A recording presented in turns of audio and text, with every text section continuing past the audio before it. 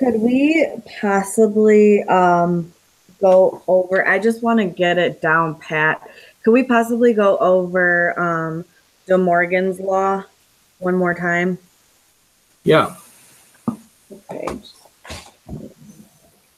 So first of all, we have the chapter 2 viewpoint on that, Okay. which you see right now. I mean, by chapter 2 viewpoint, I mean when we were studying sets. Yes. Here they are. They're really the same law. So if you do, you have A union B in parentheses, and we're using the complement, then the answer is to take the complement of both letters, and then you have to invert that union symbol. Okay. Kind of its cousin says, hey, if you started with A intersect B in parentheses, and that's a complement, again, you do the complement of both of them, and you reverse that, and it becomes a union. So they're really the same. They're both the same process. Okay. So now let me try to find that in chapter 3.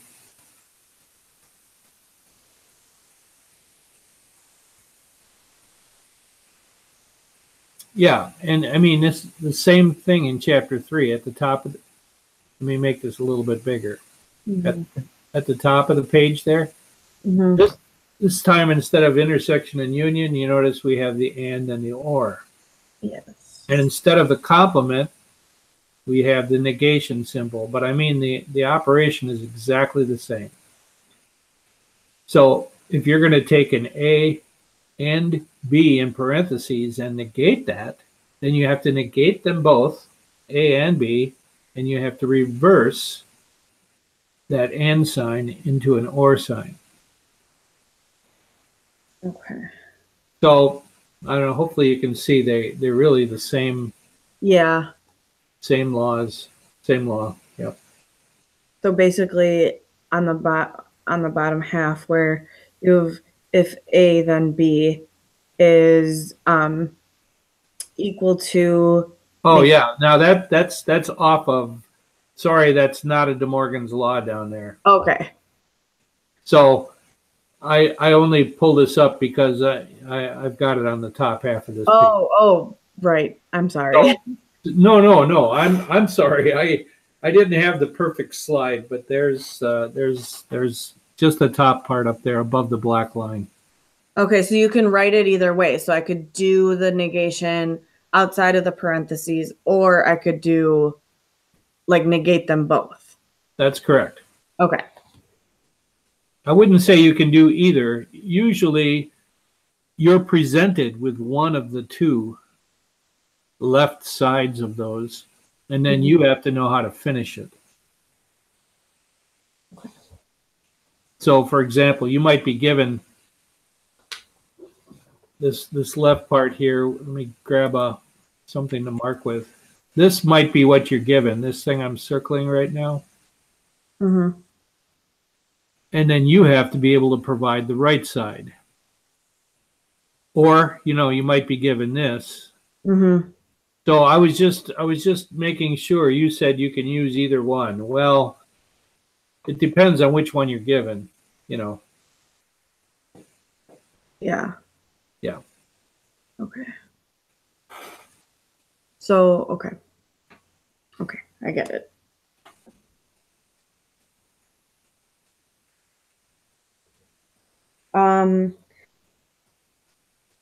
I wanted to review number 5 on the chapter 2 pretest. All right.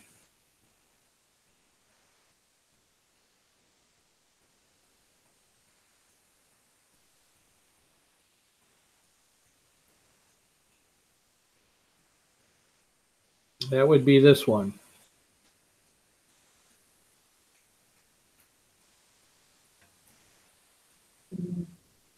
Yeah, I'm sorry I haven't filled out already. No, that's okay. But yeah, so this really gets into how do I use that is an element and the is not an element symbols. So, and do I really understand them? So in the first, in part A, it says, what's another way to write A union B? And then they started off, it's all X such that X what? Is or is not an element of A, or X is or is not an element of B. So the idea here is you need to know that when you do a union, you're really doing the inclusive or. You know, the I don't have the symbol there, but that big V. And so it's either they have to be elements of one or another, and that could be both because that's an inclusive or. Now, when you look at B, you can see that one's an intersection problem. A intersect B complement. So when you do an intersection, that's where they overlap. And so what you really want to know is when it's one thing and another. So you notice in this one, and you didn't have to provide this, but the first one was an or, and the second one is an and. All right, now what do you want to and together? You want to and everything in A, and because of the complement, everything not in B. Okay. Part C, a complement. One way to think of a complement is it's everything in the universal set and at the same time everything not in A. You know, like look at the picture down here. This is a good picture of what? No, that's not. That's A minus B. Draw a picture. So a complement. So let me move this off. Nope. Trying to get my tools right here. Okay, we'll go up here.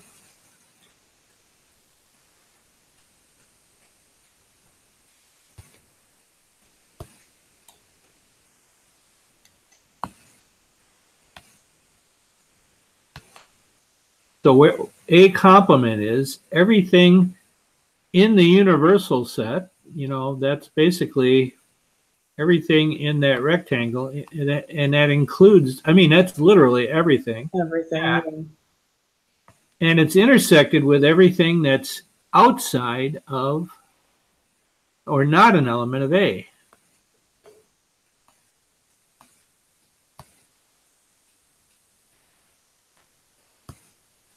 Whoops, went a little too far there.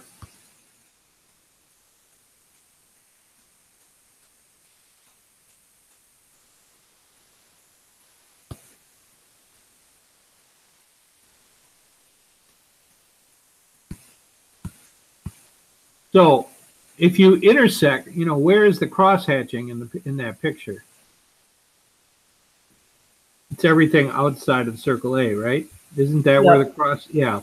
So that's a picture. So that's a picture of a complement, and it's literally the. It's let's see, how can I say this? So it's everything in the universal set intersected with everything not in A. And so in the first answer, remember the first answer for the universal set, that's that. And in this part, it's not an element. So if we just go back now to that, that's why the first answer is an element and the second answer is not. I don't know if that helped. Yeah, it did. Okay. So anytime you see an and, that's an overlap problem. Anytime you see an or, that's what? All shading taken together. Okay, so part D, that's the one I have the picture drawn of. Okay, it's A minus B. Well, first of all, can you see that what I've shaded there is truly A minus B? Yes. Okay, now to answer their question, that's everything in A overlapped or intersected with everything in B complement.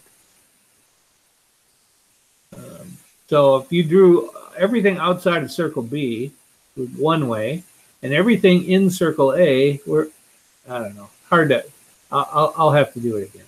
So that's A minus B, and we want A and B complement.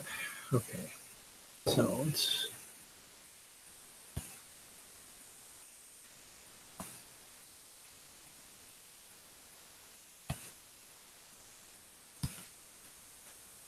so everything in the A would look like this. Everything outside of B would look like this.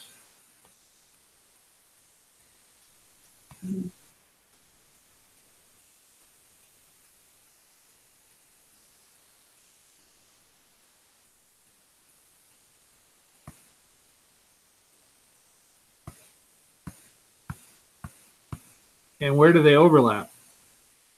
In the A. In just the part of A, right? Yeah. Yeah. That 3/4 moon type thing. Yep. So I don't know, that picture might help then with the answer to part D. So it's everything in both A and B complement intersected. By the way, a different way, you know, in this problem, the way it was written, it was what? B complement? Mm-hmm. So if you look down here on D, if they'd have asked you this, if they'd have said, what about its relationship to B, then we would have said it's not in B. Right, because it's not, Yeah, it's not a complement, yeah. So the correct answer is the one up on the top there, is an element, is an element. But had they worded the question like it is down on the bottom here, then you'd have had, you know, is an element and is not an element. Mm-hmm.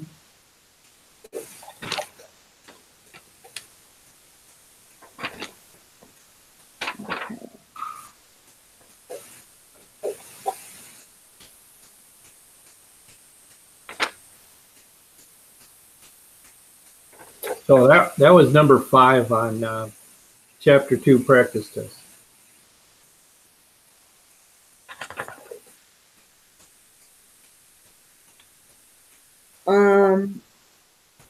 Could we do, this isn't really on like the practice test, it was actually on the actual test. Okay, for which chapter? For chapter 3, it was that one where we had to do all of the and whatever, all of the implications. Oh yeah. That's this page right here. Yeah.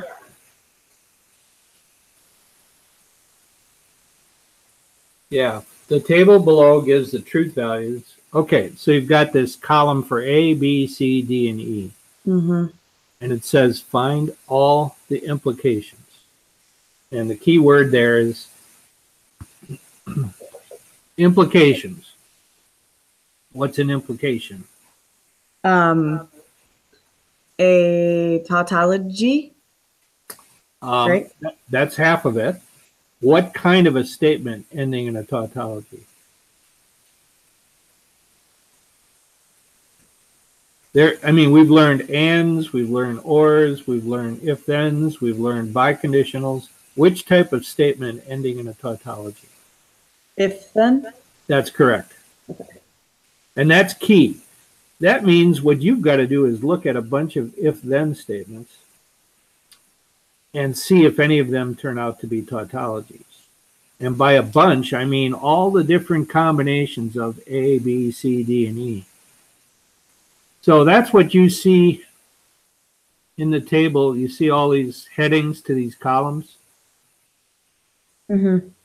Those are all, so like one combination is if A, then B. Then if A, then C. If A, then D. If A, then E. If B, then A. If B, then C. You know what I mean? And I left just enough columns for you to try every single combination. And then, so now you just got to check, are any of them tautologies? Yes. And you remember the rule for if then, it's only false when the first is true and the second is false. And as soon as you come to a false, you can quit, because if there's a false in one line, then it can't be a tautology. So do you see how I quit every time I got an F? Yeah. Yeah. Okay. And that's perfectly acceptable because it can't be a tautology. Anyway, I wound up with 2 of them in this particular test question that did come out to tautologies, and those are your 2 implications. And then you can promote them by using the imply symbol. That's the kind of the double bar if then statement. You know, this thing right here. Yeah.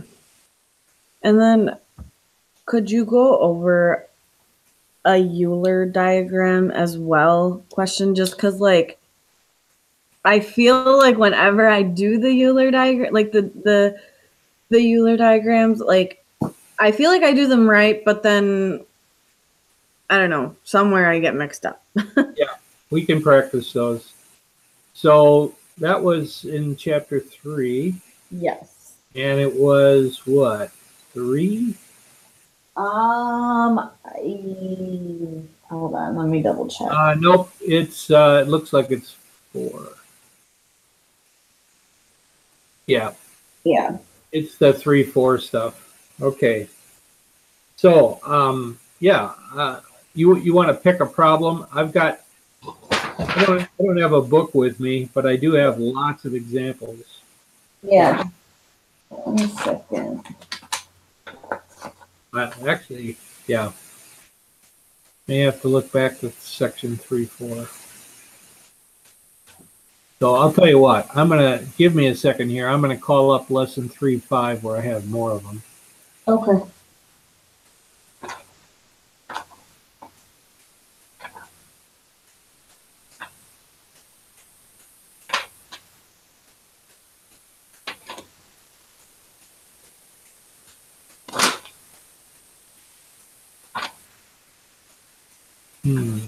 Okay, NFL.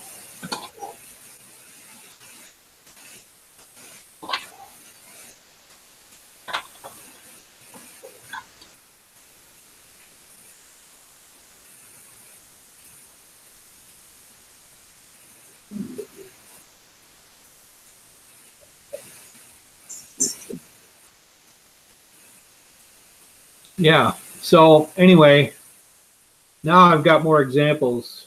You want to pick one you want to go through, or? Yeah. I'm looking here. Can we do number 33 on? Oh, that's 3.5. Hold on. Let me go back here. 3.4.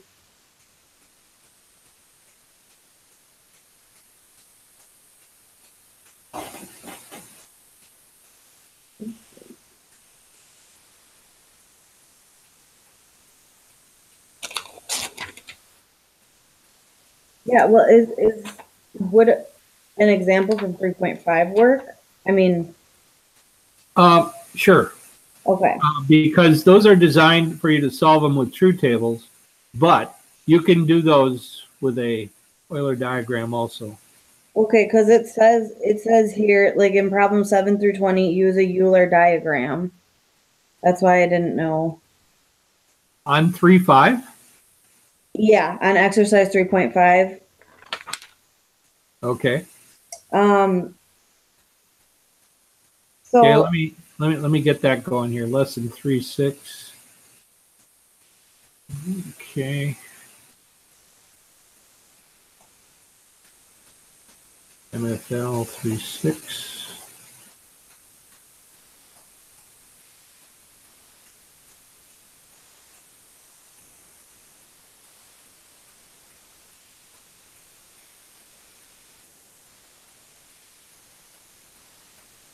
Okay, so go ahead. So which number? So 3.5, I want to do the number 33, the no wasps are unfriendly and no puppies are unfriendly. Yep. Okay. So here's number 33. So first of all, except I don't have the problem in front of me, but anyway, it says no. It says what? No wasps are unfriendly. Yes. So what I took that as, all wasps are friendly. Isn't that what it says? No wasps are unfriendly. That means all of them are friendly. Yes. So therefore, if you're a wasp, then you're friendly. So I drew the W circle inside of the friendly circle.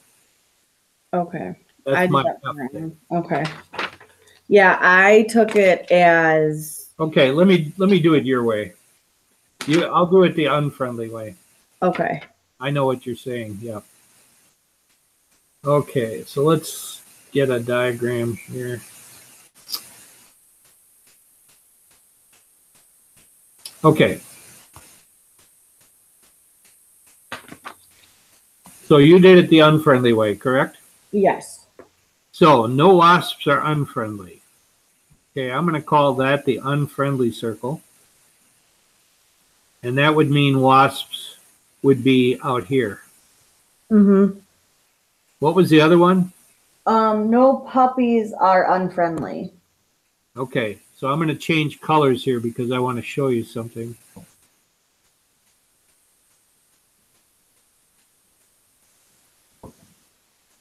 So let's change to, I don't know, you're going to see that. Let's take green. Okay, so where could I draw puppies? One place I could draw them is here. Oh, yeah. Puppies 1. Okay, but puppies could also be like this, couldn't it? Yes. And in fact, it could even surround the W. Yes. We could call that, let's say, puppy 3. So now what's the conclusion they want you to evaluate? It says, okay, so it says no puppies are wasps and all wasps are not puppies. So let's take the first one. No puppies are wasps. What do you think about that one, looking at our 3 possibilities? Well, I mean, I would do the first circle, the first puppies, because they're not. But the point is, you can't choose. Okay, so then it's invalid. Yeah, that's it. There you go. Okay, what was the next choice they had? Then they said all wasps are not puppies. Okay, so that means the wasp circles don't cross the puppy circles, and we can see that's no good. Right? Because wasps crosses puppy 2, crosses puppy 3. Right? Yes. So that doesn't look good. Were there any other choices? No, that was it. So then you just in my opinion, they're both invalid for that reason. Okay. And that's when I did it my way.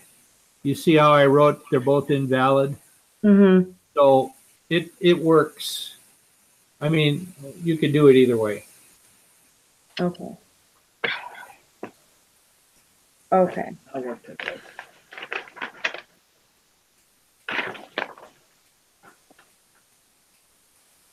Yeah, hi Marilyn. Hi. I'm not sure when you showed up because I was on a different screen, but welcome. Oh, I just got here. We just started rolling when Daniela came on. So she is, yeah, she's still rolling. I think we're getting some good questions from her, and I do have these all recorded. So, all right, Daniela, what's next?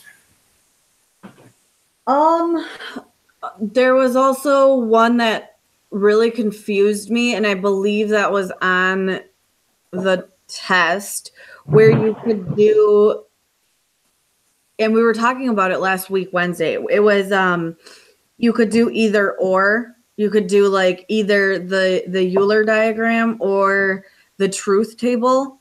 Or you, oh, okay. I don't think I ever gave you a choice. Actually, I think I asked you to do it both ways, didn't I?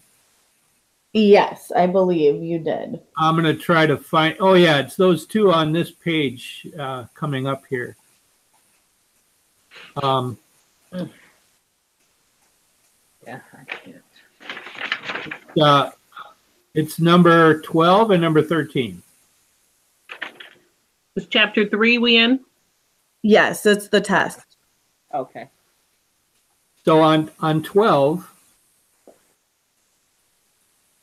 oh no, you're right. That was just you. 12 was just an Euler diagram. There was no choice. It says use an Euler diagram to check the validity. 13, I made you do it with an Euler diagram, but then 14, you did the same problem in number 13, only using a table. So the one with the mice and the cat, that one I made you do both ways. But the one with watching the game on television, if it was televised, that was strictly to be done using an Euler diagram. So anyway, I have some notes on that. which one or what did you want to talk about with that? I guess my question would be like, I want to know exactly. I just want to get it down pat. Like I want to know. I did the diagram right.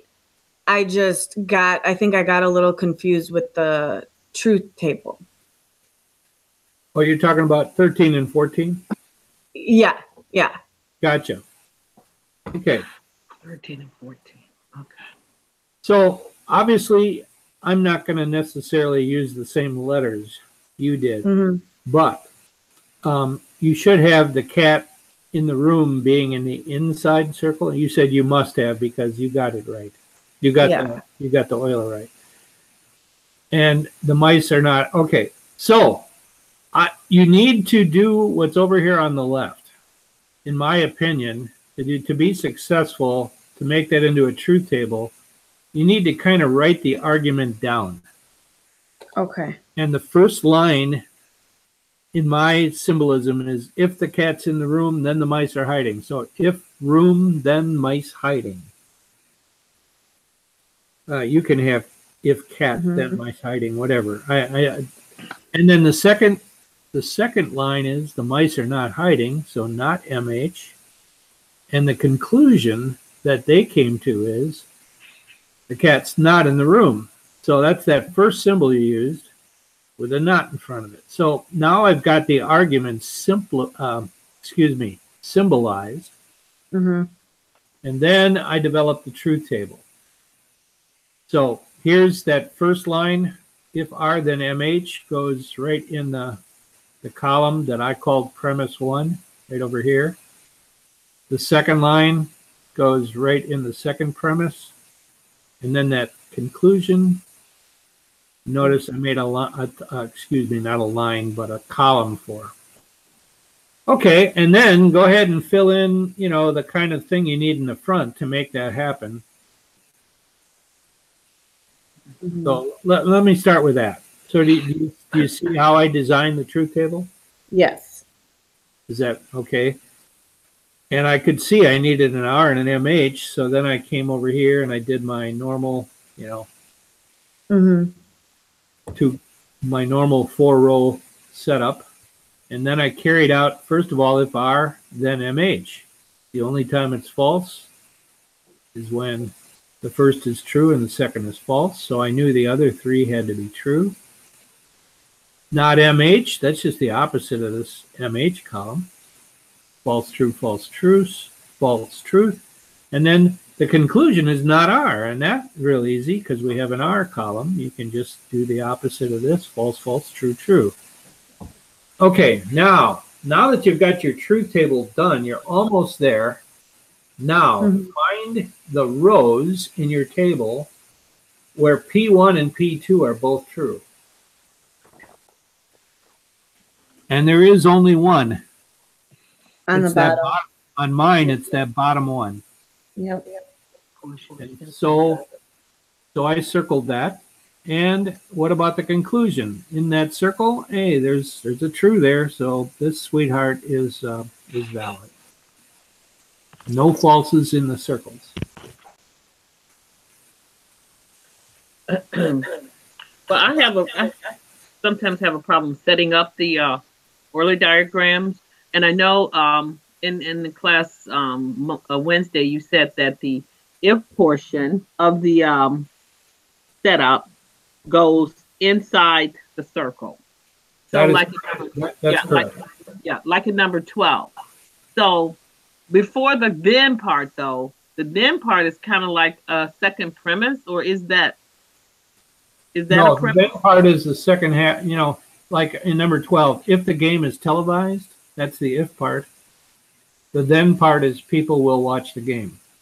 Okay, but so if the game is televised, okay, say televised is the big circle, game is inside that, right? No, that's wrong. Because the game is televised is the if part. Mm-hmm. Okay. And just All like right. you That just whole told part, me, that's okay. got to be on the inside. And then the so game is, if the game is televised, is inside the circle, Mm-hmm. and people will watch is the big circle. That's correct. Okay. So then the second part of the premise, the game is not televised. So, okay, let me just try to write that one out as I go, because of course I did not get that right. And I just kind of gave up because okay, so if the game is televised, so so you got game inside the circle, right? I called it televised. Okay. Yeah. You got televised inside the circle. Okay.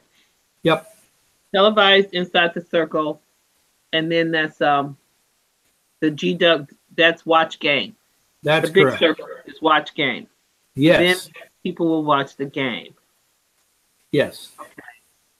So then when you get to that next sentence, the game is not televised. And when you're going back to the circle, you don't have okay, so the X's could go either way. Yeah, that's the X, that's the X's part of the diagram. Right. And then the conclusion is it's not valid because it could be either or. So you can't have a false. You can't have a negative, I guess. Exactly. Yes, you've summed it up very well. Okay. Yeah, I mean, it could be that people will not watch the game, as indicated by the X on the outside. Mm-hmm. But like you said, according to this, they could watch the game. Mm-hmm. So to say they will not is invalid. I mean, you just can't be sure. So it's invalid. Okay.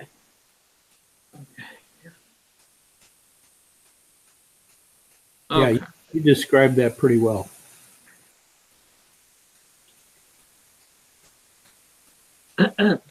So then, I mean, when I'm trying to set it up, that's my main problem, I think. Would it be accurate to say that, watch the game is kind of action, and so is like televised? So are those like the key words we should be kind of focused on, the action words? Maybe. I think what's more important is what's with the if word and what's with the then word. Okay. That's what I would focus in on. Okay. So the if, as you said correctly, has to be in the inside. Mm-hmm. The then has to be on the outside. I think I would focus on the if and the then. Okay. Because I think if you'd have gotten your circles right, then mm-hmm. you'd have had it. Yeah. I think I was putting too much. I was focused on game and televised, thinking that those were the two circles I was working with. Yeah. Okay. All right. Hopefully, I got to practice that one some. Yeah, practice is definitely is the way to go to get ready. Yep.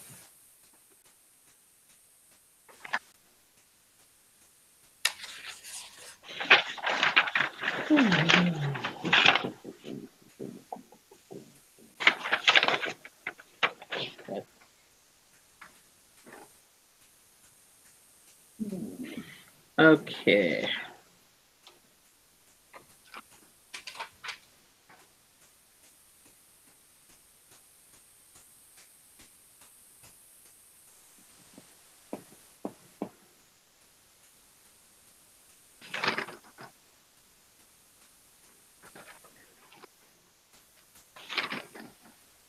Yeah, I have more of a problem with chapter 2, trying to Okay. remember stuff and you know. Yeah, I get it. We can we can look at anything in chapter 2 if you'd like. That'd be fine.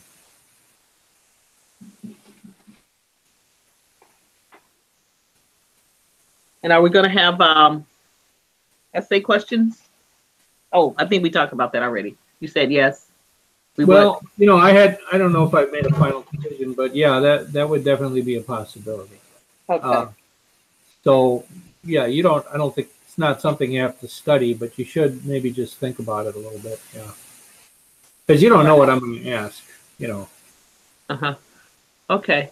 So are we still can we go to 2 now, or Daniela, you still No, got I'm good. We can go. We can go to 2. Yeah. Yeah, we've been there with Danielle too, so that's fine. I'm on chapter 2 right now. Where would you like to go in chapter? Let's see.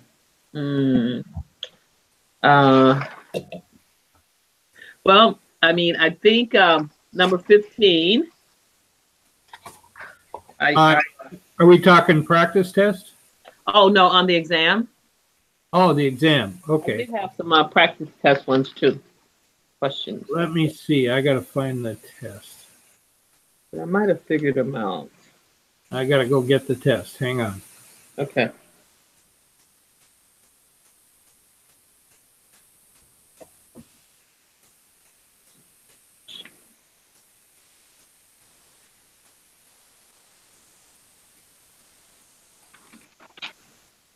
And I know Marilyn and I are getting together on Tuesday before the final just to kind of study and kind of go through a couple of things as well.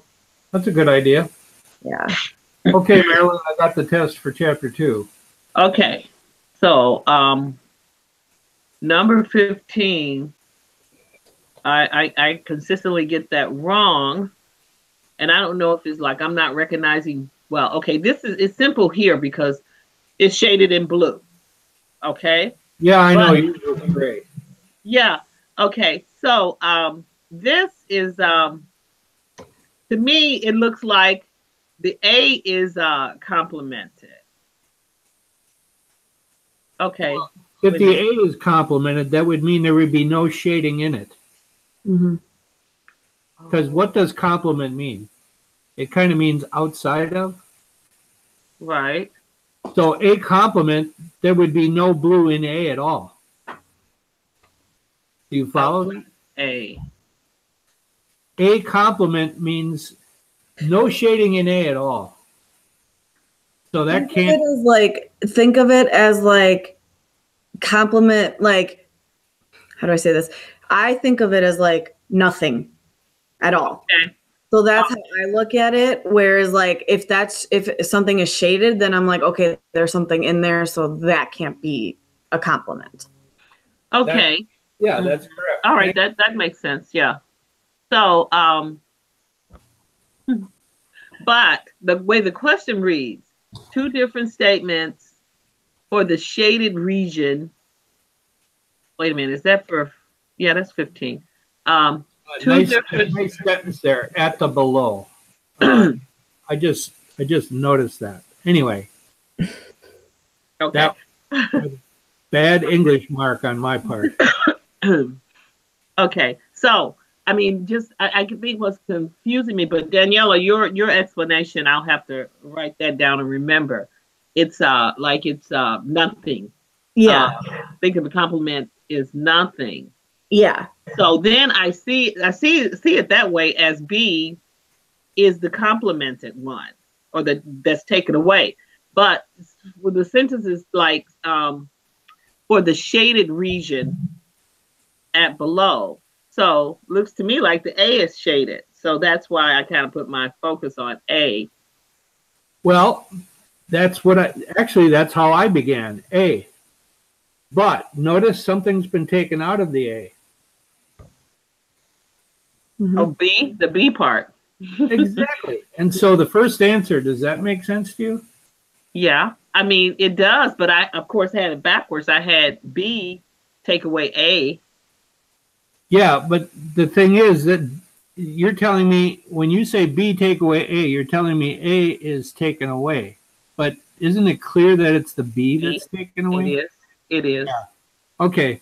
So anyway, that I'm just trying to give you keys for how to understand it. It is. It is now. Okay, that's good. Yeah, and then so that's the one that's supposed to be fairly obvious. All right, we had A, but not all of it. We had to take the B out. Yeah. And then another one is, where does A overlap B? That one might be hard for you, but A overlaps B complement. So what's B complement? Everything outside of B. And can you see it's where circle A crosses over that outside of B stuff? Right. So that would have worked. Yeah, I'm not going to read all of those, but there's two answers that would have been correct. Yeah, what made this a harder problem is you had to be able to think of all your set operations at the same time. And you had to come up with, well, at least two ways to express that. So instead of me giving you a problem, I said, hey, what problem is this the answer to? And that's one of the things that made that one a little bit more of a challenge for you. Okay. All right. I think I'm kind of getting that one. Okay. I can put that in my notes.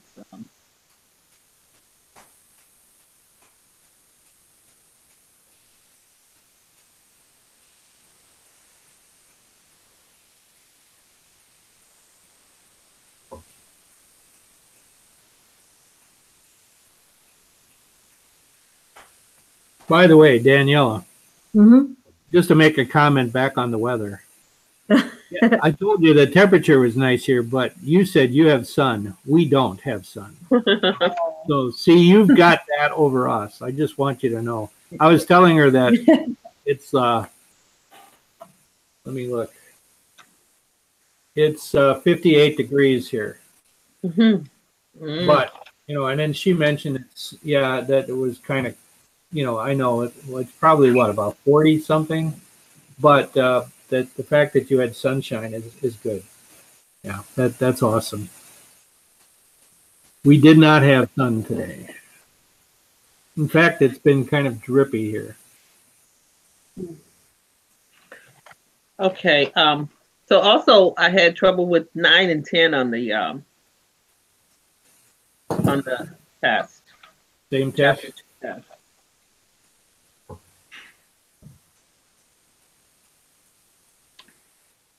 Okay, here's 9 and 10. Well, I'm going to put them down so you can see the diagram. There we go. Okay. So number 9, I gave you what? 4 problems? And I said, which of those, part A, part B, part C, part D, which of those problems has the answer 3, 5, 6? And so you can see I just started hammering away and checking them out. And only D came out to the set with 3, 5, and 6 in it. Now, if you want to, so anyway, that's the overall view of number 9. Okay. Now, I did not try part C. Okay. But you can see I kind of skipped that. And when I found A and B failed, I looked at C and thought, oh my gosh, that looks complicated. Let's try D first. Mm-hmm. Tried D and it worked. And so that was my answer. So I didn't ever really have to do C. Now, if you want to talk about one of those operations, we can do that. Okay, so in 9, number the D, the right answer. So Yes. so you're going to do A complement union C, Right. and union is the or That's correct. conjunctive. Okay, so you have for A 1, 2, 4, 5. No, wait a Yeah. minute. And I've got the complement there, 3, 6, 7, 8. And that's let's see. That's a complement. So C, you have, wait a minute, what do you have now? 3, 6, 7, 8. 4, 5, 6, 7. 6, 7, 8. Okay. So not using 8, so you're using Just then why are you using 3? Let's see. because 3 is not an A. Remember, A complement means everything not in circle A. Okay. So it doesn't mean that's not in A but in C. So everything else other than what's in there, including what's in B. Yeah, it just has nothing to do with B, this part. It just says everything not in circle A. Okay, but 3 is not in. It's 3 is not in circle A. not in circle A. That's why it's in B. It's in B. So I don't know. Yeah. B is not mentioned in I that can part. see you're having a little So trouble later. isolating. Just you got to focus in. All it's saying is not in circle A. Okay. Everything in 8 out.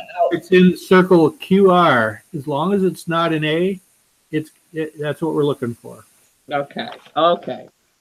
Yeah. Everything not in the complement. Okay. Yeah, and then for the second half, I joined that to C, and C was 4, 5, 6, 7. And then you join those together, and you get 3, 4, 5, 6, 7, 8. 3, 4, 5, 6, 7, 8. Okay. And then, is that the last step? Well, almost. You got to intersect that with B. Intersect those. Okay. All right.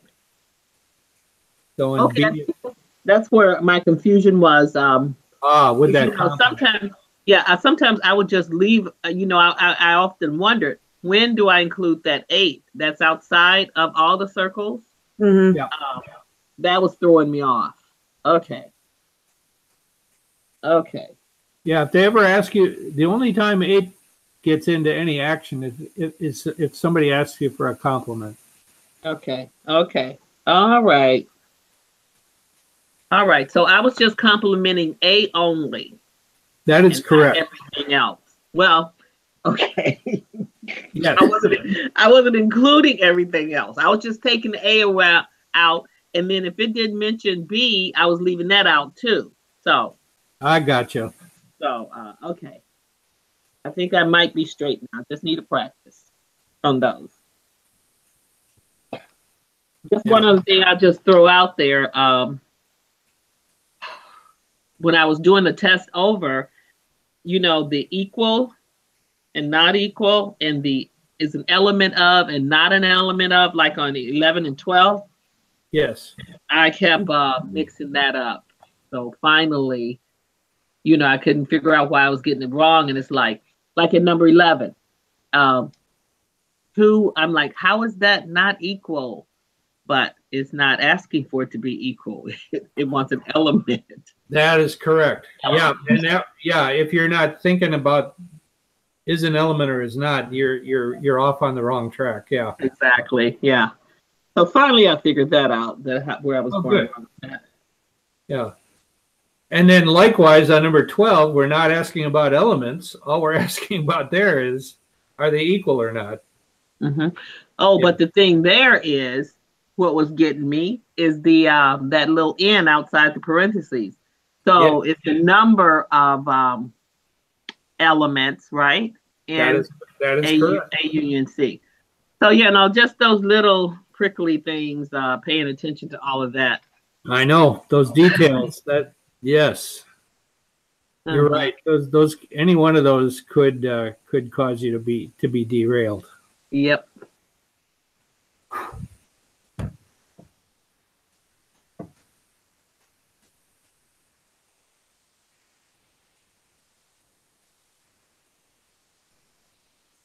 Okay, let's see. Can we do number 13? On this test? Yes. Okay. Because I want to see what I got wrong, because I got that one. I think I got B right. Yeah, I got B right. I got 49, but I got A wrong. Okay. So what might be confusing here is there are two different questions here. Okay. This is not, yeah. So when you're doing A, you have to read that whole question with the A part. So it says, let the number of elements in set D be 42 and the number of elements in set F be 21. Find the number of elements in D union F if D intersect F is the empty set.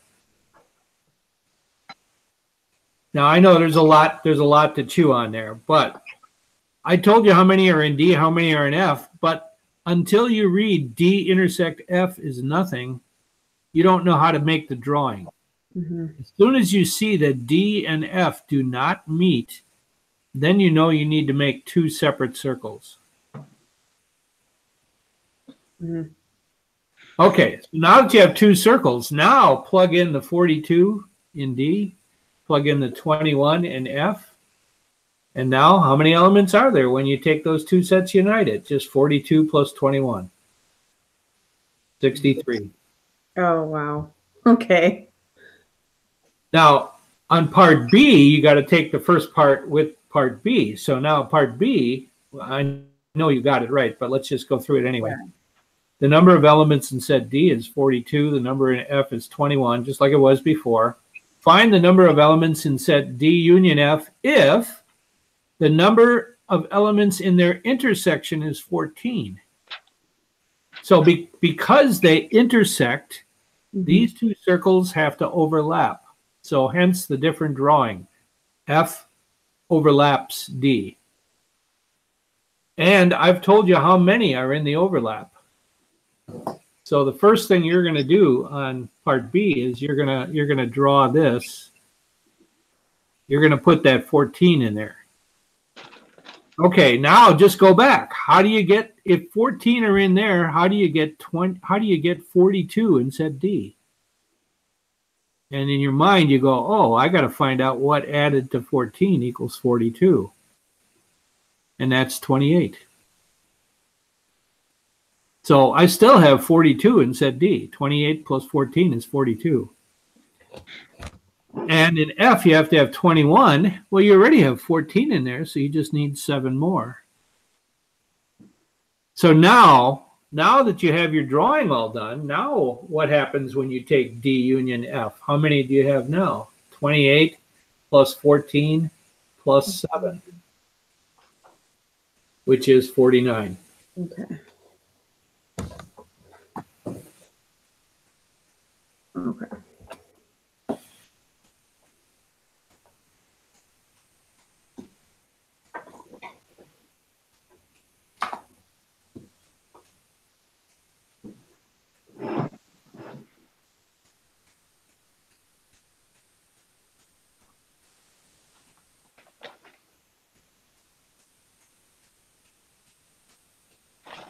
Okay. I finally think I understand the complement. Well, good. Even De Morgan makes sense now because, you know, with the Venn diagrams in the De Morgan. Yeah, because there's a complement. Right. Yeah, because there's a complement in De Morgan's law. And well, at least in the chapter 2. Right. Law. Yeah. You're right. That would affect your understanding of De Morgan also.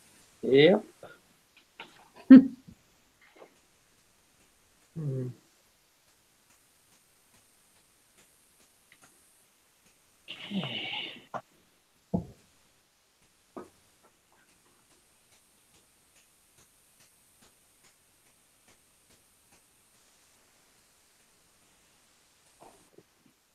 So I got to take a look. I haven't taken any time, but I'm going to go rest. Ah, there she is, Chris. Hi. When did you come in? I've been on for a while. in the room. I've been on for a while. Oh, okay. A good 20 minutes. Yeah, well, because I only have my laptop with me, I see normally at home I have two screens. And on the one screen, I can see the Hangout and I can see the people's pictures on the bottom. And today I only have one screen, so I have to keep that window in the background. And I just brought it up and there's Chris. Okay. So I've been watching, and the questions the ladies have been asking are similar to reviewing for me. So listening and learning. My 3 faithful students. And by the way, just one more time, I have to once again compliment Marilyn on her awesome test chapter 3. That was just outstanding. Well, I tell you, for some reason the extra credit problems were easy for me, so that pulled me through. It's ironic because those were, I think, a little bit more challenging, and you nailed those. So yeah, that helped a great deal. Good. Yeah. But what I didn't know, I knew I didn't know it, and those Euler diagrams are like, I knew I was not going to be able to figure those out. And the one that I got right, I think I only got it right. The truth tables, I'm okay with those. But I think I only got it right because it just made logical sense. And that's why I just said it was valid. Well, good for you. Anyway, that was awesome.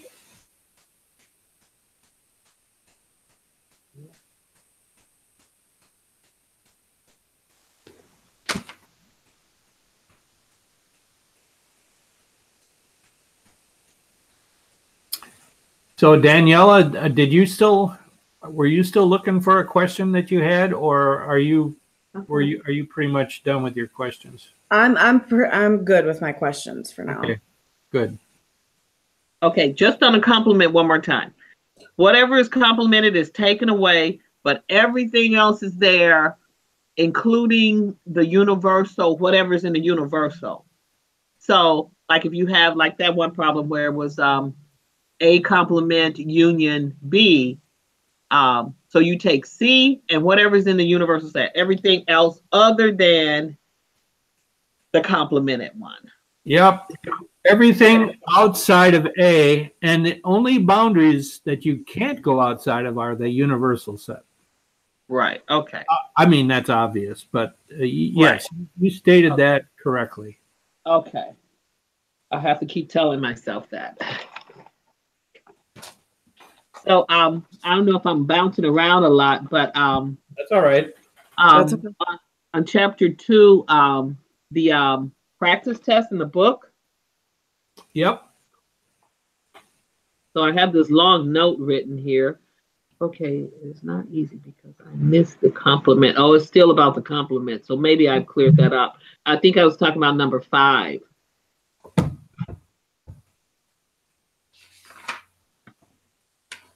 Yeah, this is a picture of number 5.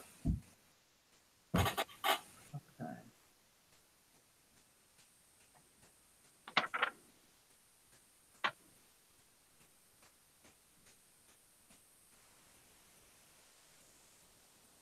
Yeah, the correct answer for number D, so that you don't see this wrong here. For 5D, the answer is up above. It's look up here. Okay. This is actually an alternate problem that I did not ask. What if I'd have had this just a B on the end. And if you look in this one here, I had in the original D, there was a B complement. He is out. Yeah. So obviously that changes the answer, and then the answer would have been different for the D on the bottom here. So. Okay. It's everything outside of B, which is ironically you can say that up on the top by saying it's everything in B complement, which is also means outside of B. You know, it's kind of a weird double statement, isn't it? It's in B complement, and the whole idea of complement means out. Yep. Yeah, that I'll agree. That could be confusing. Probably is.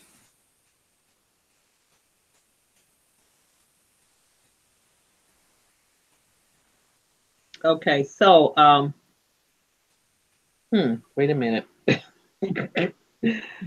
So this D, X is an element of B complement.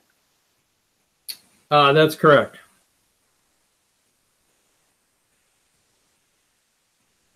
Okay, so that must be that weird way of saying it again. I've drawn the answer.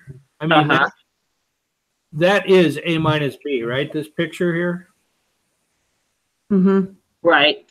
Okay. Now we take a point out here. Let's say where I draw this red X. Mm-hmm. Is that point in B complement? Yes. Yes, it is. See, that's the point. Okay. So I know it's a weird way to say it, but that was, by the way, that wasn't me. That was the book. You know, that was the practice test. So yeah, that's actually a point in B complement, which means it's not in B.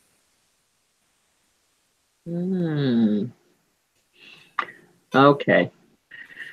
Okay, well, it's just going to take practice to get that in there because it slips away every now and then.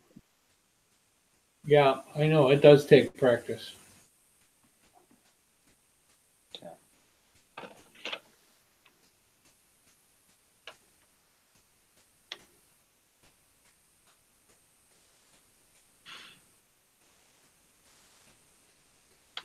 So I think most of my questions that I had involved a complement. Yeah, I think you're right. I think yeah, that was a focus for you.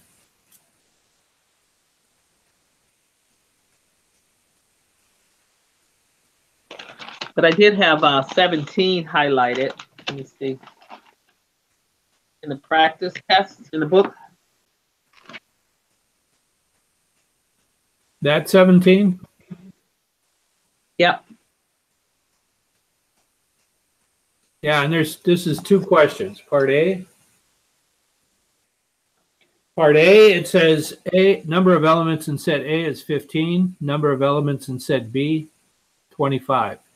And when you take the number of elements of A union B, you get 35. Now, in your mind, you should be saying, wait a minute, 15 plus 25 is not 35.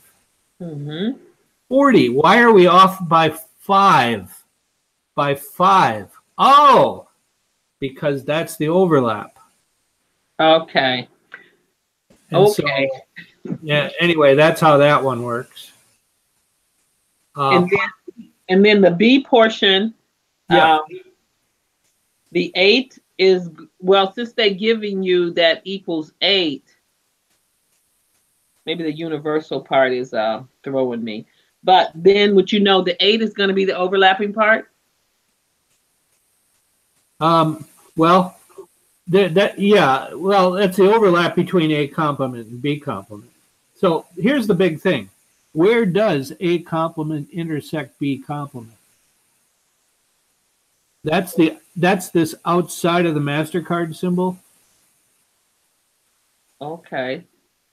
So where is everything outside of A the same as everything outside of B? Oh, it's on the outside. It's on that outer ring. Okay. Okay. So then, so all I was really telling you is 8 is somewhere on the outside of the MasterCard symbol. okay. Okay. Yeah.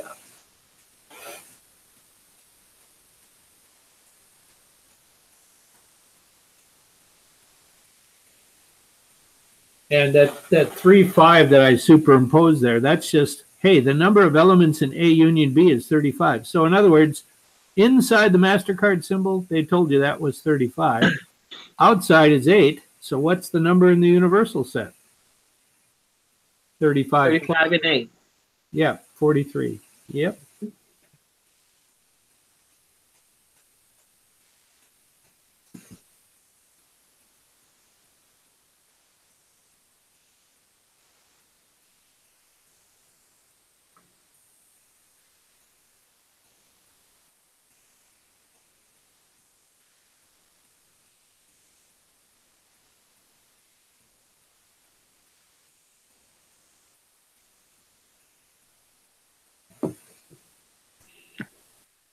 Okay.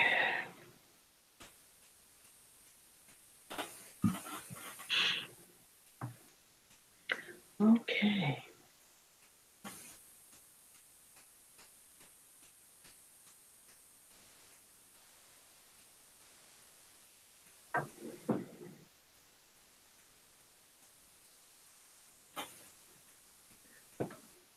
So if you were this one, if you were like shading that one, the MasterCard symbol, everything else would be shaded, right?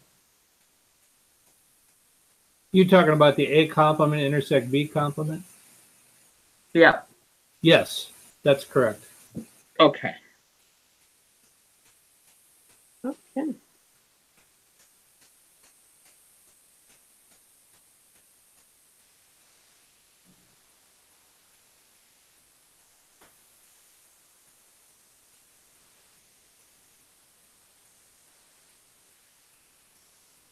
So, Chris, did you have any questions you wanted to add?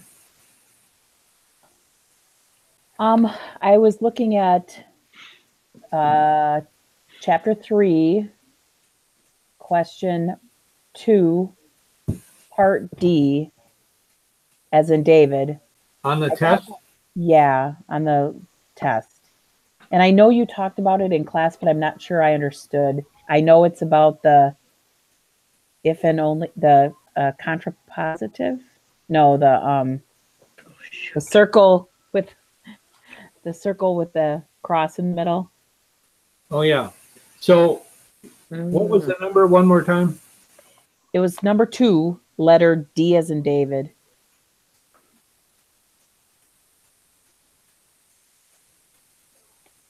You explained it in class, but now yeah, okay.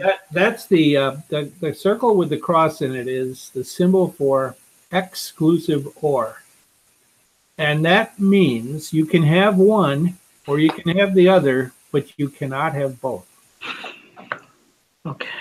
So with that one, and so that's a perfect fit for what I'm asking you in number 2D. If that but not both were not a part of that sentence, yes, then it wouldn't be that exclusive or. It would just be G or. Yeah, G or T would have been it would have been a V if it wasn't for that part. That is correct. Okay. Okay. So I didn't understand the significance of the but not both when I took the test. So I had it as or. Yep. That's this idea of exclusive or. Yep. And maybe and maybe part of the problem there is the book didn't cover that. I had it in my notes. Yeah. But I mean I missed it.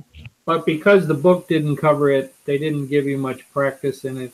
And so that would have been a little bit, you would have had a little less experience with that. Does it make sense now? Yeah. When you tell me, and now if I remember it, Okay. take the test. That's Yeah, another makes thing sense. to remember, I know. Yep. So I Yep. just have to, try to get it in my head, like Marilyn was saying earlier. And then one last thing on the extra credit for number 10, the negation. I guess I'm not sure why. Why wasn't it not P? If not P, then not Q. It Okay. was. I think again you explained it in class, but I don't remember. So if you write down if not P, then not Q, that's the inverse. So the inverse is just take the two and negate them both. Leave them in the same order. And that sounds like what you just asked me for the extra credit. But in the extra credit, I didn't ask for that. I asked for the negation. And the negation, you got to think of it this way. In an if-then, what's the only time an if-then statement is false? If true, then false. If the Right. first part is true. And so what you needed to do is make the if part true and the then part false. Got it. Okay. So Yep. you obeyed me and you are not my treasured possession. Or you could have written it this way. If you obey me, then you will not be my treasured, either way. Yeah. Yep. So on D, and that's why it was extra credit, you needed to go back and think of the core. What's the only time an if-then statement is false? And then you had to apply that in, and that was a little bit above and beyond. That's why it was extra credit. That makes sense now. I even wrote first is true, second is false on my notes when we went over it in class. But then you went back and looked at it and thought, what is that? That doesn't make sense, right? So yeah, it makes sense now.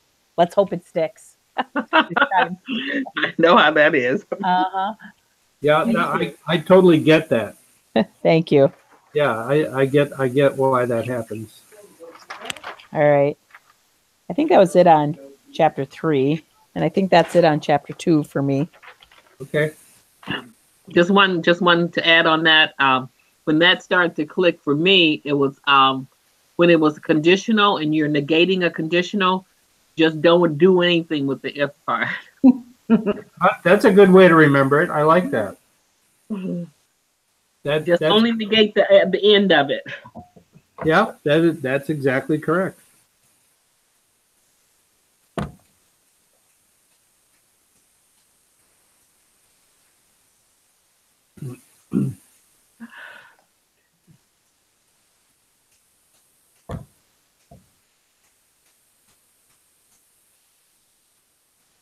So anybody else? Daniela? No, you never mind, Danielle. You already told me you were done. I don't want to bother you. I just want to make sure you guys all have, you have a chance to get your questions out. Yeah. Mm-hmm. Yeah, I think my main thing with chapter 2 was mixing up that complement. So every question that I looked at that I had a question was one of those complement problems. So I just need to practice that to get that in. Okay, wonderful. Mm-hmm. Well, it sounds like we're ready to hang it up, huh? Am I right? Yep. Okay. Thank you so much. Oh yeah, well, thanks a lot. Thank you for your time. Thank you. If you want, I doubt if you're going to want it, but if you want, we can spend some time on Wednesday. That wouldn't be the best time, but I'm okay with if you want to go through, you want to ask some questions. We don't have to start the exam right away. It's not super long. Okay. All right. Thank you. It's good to know if we come up with anything in between here. Yep. So you don't have to feel like, oh, this is it, baby. Yep. Thank you. Yep. Thank you. You're welcome. Thank you for listening to somebody in Tennessee. I appreciate that. Enjoy the beautiful weather. Yeah, hopefully the sun will come back out. Otherwise, boy, 58 degrees is awesome. But I'd sure like the sun that Wisconsin had. So, hey, how did you guys do with the change in time today? I made it, but it was rough. I forgot. That's a good description. Yeah, I like that. I missed the first service for church, so I had to go to like the later one. Yep. Well, goodbye. I will see you Wednesday. Have a Okay. safe trip home. Thank you. Thank you. Bye-bye. Thanks. Bye. Bye.